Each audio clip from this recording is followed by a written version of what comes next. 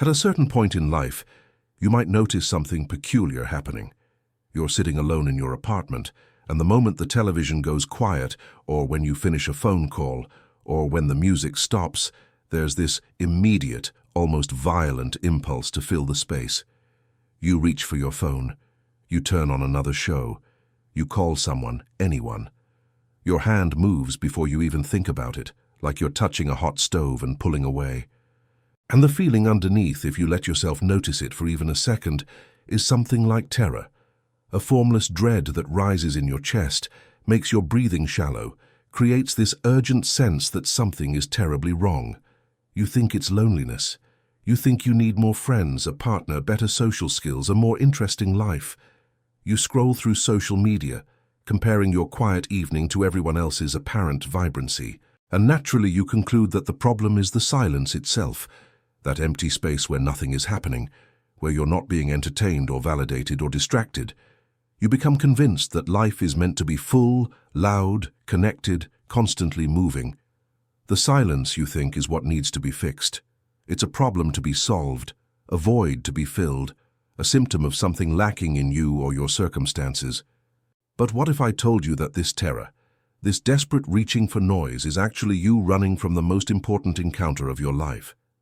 You see, most of what we call connection, or community, or even living life to the fullest, is actually a remarkably sophisticated form of hiding.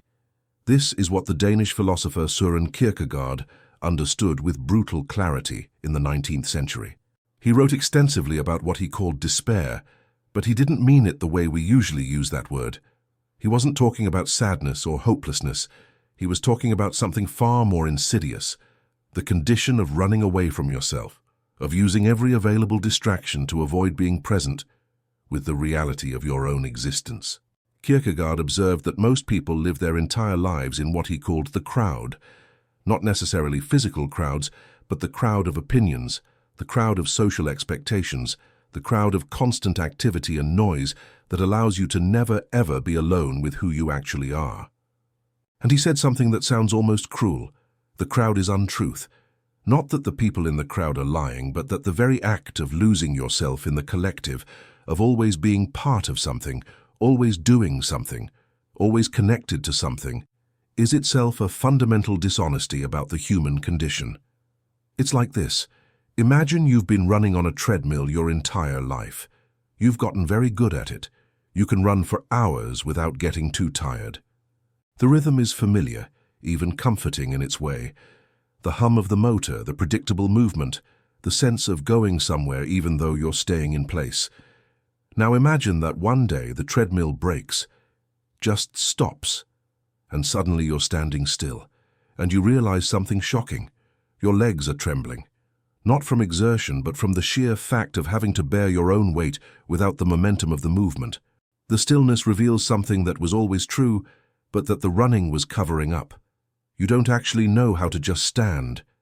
You've forgotten what it feels like to simply be present in one place, supporting yourself, without the constant forward motion that made you feel like you were getting somewhere. This is what's happening when that silence terrifies you. You've been running your whole life, running through conversations, through entertainment, through work, through hobbies, through relationships, through every form of stimulation and distraction available to you. And the moment it stops, even for a second, you feel the terror of your own weight, the reality of just being here, alone with yourself, with no momentum to carry you forward. Once you see this pattern, you start to notice it everywhere. The person who can't eat a meal without checking their phone. The couple who fills every moment of silence with television or music or small talk about nothing.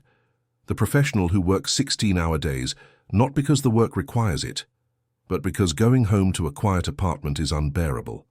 The social media addict who posts every thought, every experience, every meal, creating a constant stream of external validation to avoid the internal void.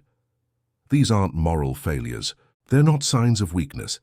They're sophisticated survival strategies developed by someone who at some point encountered the silence and found it so terrifying that they've dedicated their entire life to ensuring they never have to face it again.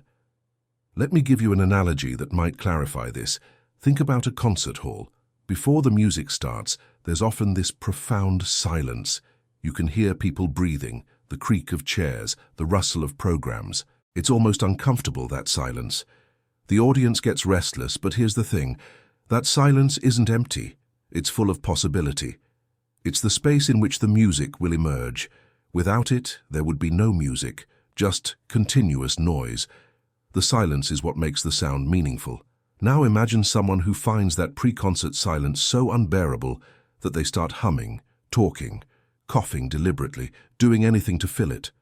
They tell themselves they're contributing, they're participating, they're not being awkward. But really they're preventing the very thing they came for. They're blocking the music with their fear of the space that makes music possible.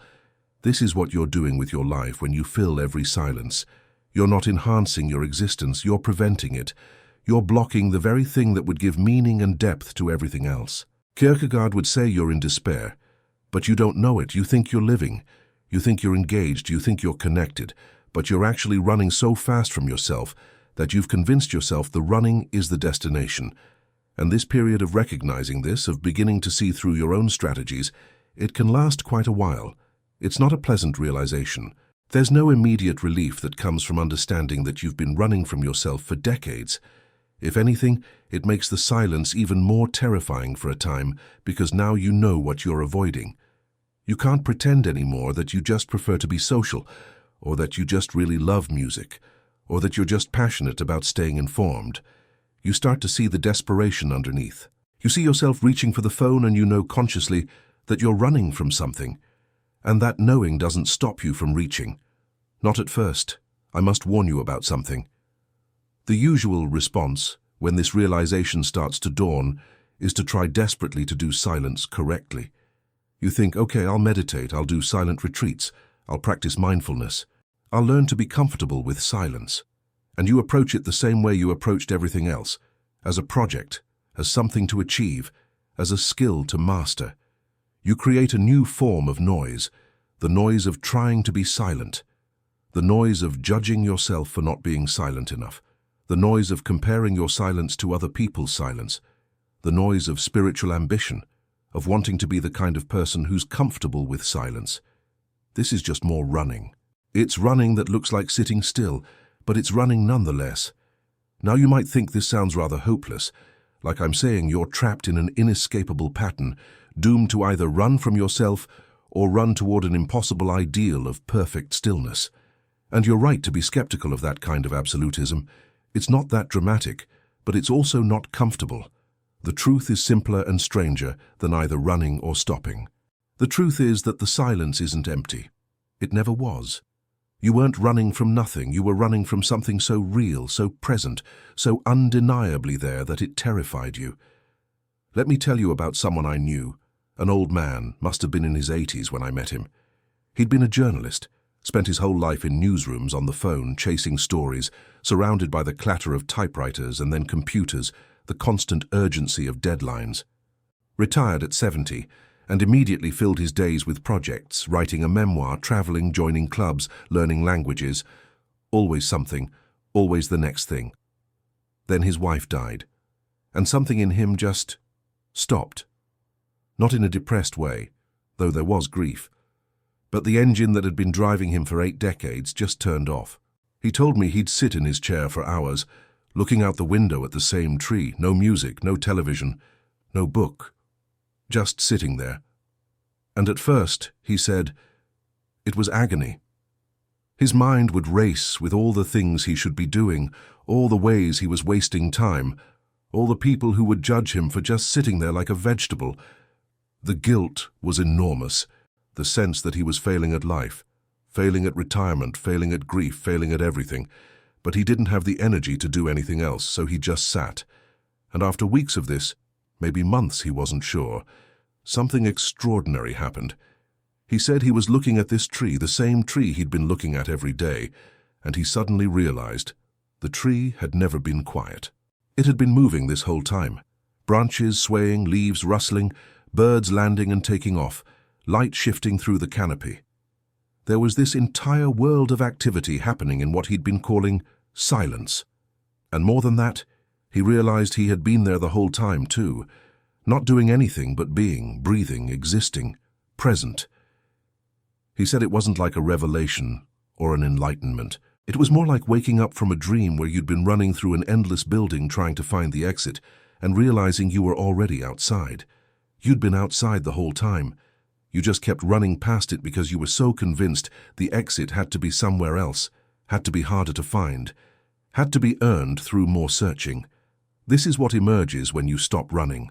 Not peace exactly, not bliss or enlightenment or any of those grand spiritual states. Just the simple, shocking recognition that you are already here, that you've been here all along, that there is nowhere else to get to and nothing else to become. The silence isn't empty. You're in it. You are the thing you were running from. Not your thoughts, not your memories, not your anxieties or your achievements or your failures. Just this basic fact of being present, being alive, being here in this moment without any particular reason or purpose or destination. And here's what nobody tells you. It's not exciting. It doesn't feel like an achievement. There's no congratulations, no sense of having finally figured it out or gotten somewhere important. It's more like the absence of a problem you didn't know was a problem. Like when you've had a low-grade headache for so long you've forgotten what it feels like to not have it, and then one day it's gone and you notice the absence more than you ever noticed the presence. The relief isn't dramatic. It's quiet. It's the relief of no longer having to run, no longer having to fill every moment, no longer having to prove or achieve or become anything other than what you already are. Kierkegaard called this the infinite resignation, not giving up on life, but giving up on the idea that life is supposed to be something other than it is, giving up on the project of making yourself into someone worthy of existence, recognizing that existence itself is not a problem to be solved or a deficit to be filled. You just are, and that just being isn't nothing. It's everything. It's the only thing that was ever real. Everything else, all the noise, all the activity, all the constant doing and becoming and achieving, was the dream you were using to avoid waking up to this simple fact. So, what do you do in the meantime, when you're starting to see this, but you're not fully there yet? When the silence still terrifies you, but you also can't quite believe the old distractions anymore, you do something very simple and very difficult. You sit with it, not as a practice, not as meditation, not as self-improvement. You just let the impulse to fill the silence arise, and you don't immediately act on it. You watch your hand reaching for the phone and you pause, just for a second. You let the discomfort be there. You don't try to make it go away. You don't judge yourself for feeling it. You just notice there's the fear, there's the impulse to run, there it is, and you do ordinary things without trying to make them extraordinary. You brush your teeth, you eat your meals, you walk from one room to another. Without music, without a podcast, without planning what you'll do next or reviewing what you did before. Just the action itself, simple and complete. Not because these simple acts will accumulate into some grand transformation, not because you're trying to become more mindful or more present or more awakened, but just because they're what's here to be done, and doing them without all the extra noise reveals something. They were always enough. You were always enough. The life you have exactly as it is, without any additions or improvements or fixes, was always enough. And most importantly, you stop comparing. Stop comparing this moment to past moments when you felt more excited or more alive. Stop comparing yourself to other people who seem more comfortable with silence or more advanced on some imaginary spiritual path. Stop comparing the silence to the noise and judging one as better than the other. Just let what is be what is. The silence when there's silence, the noise when there's noise, the fear when there's fear, the peace when there's peace. Not making a project out of any of it. Paradoxically, it's only when you stop trying to fill the silence that you discover what's actually in it. And it's only when you stop trying to run from yourself that you discover there was never anything to run from. The thing you were avoiding your whole life, that terrifying encounter with your own existence, turns out to be the most ordinary, most obvious, most quietly miraculous thing imaginable. You, here, now, not going anywhere, not becoming anything, not achieving anything, just present, just alive, just breathing. And it's not nothing, it's everything, it was always everything. You just kept running past it because you thought it couldn't possibly be that simple. Perhaps the reason the silence terrifies you is not that it's empty, but that it's too full, too real, too present. You've spent 80 years or 40 or 20 or however long you've been running, filling every moment with noise, because the alternative was to face the staggering simplicity of just being here. No story about who you are, no project to complete, no identity to maintain, no future to build toward. Just this. Just now. Just the undeniable fact of your existence, which doesn't need any justification or explanation or improvement, which was never missing anything, which was never incomplete. Kierkegaard said that purity of heart is to will one thing. But what if that one thing isn't something to acquire or achieve? What if it's just the willingness to be exactly what you are, where you are, without any of the elaborate constructions you've built to avoid that simple fact? What if the brutal truth that 80 years of silence taught or could teach is simply this: you're already home. You've been home all along.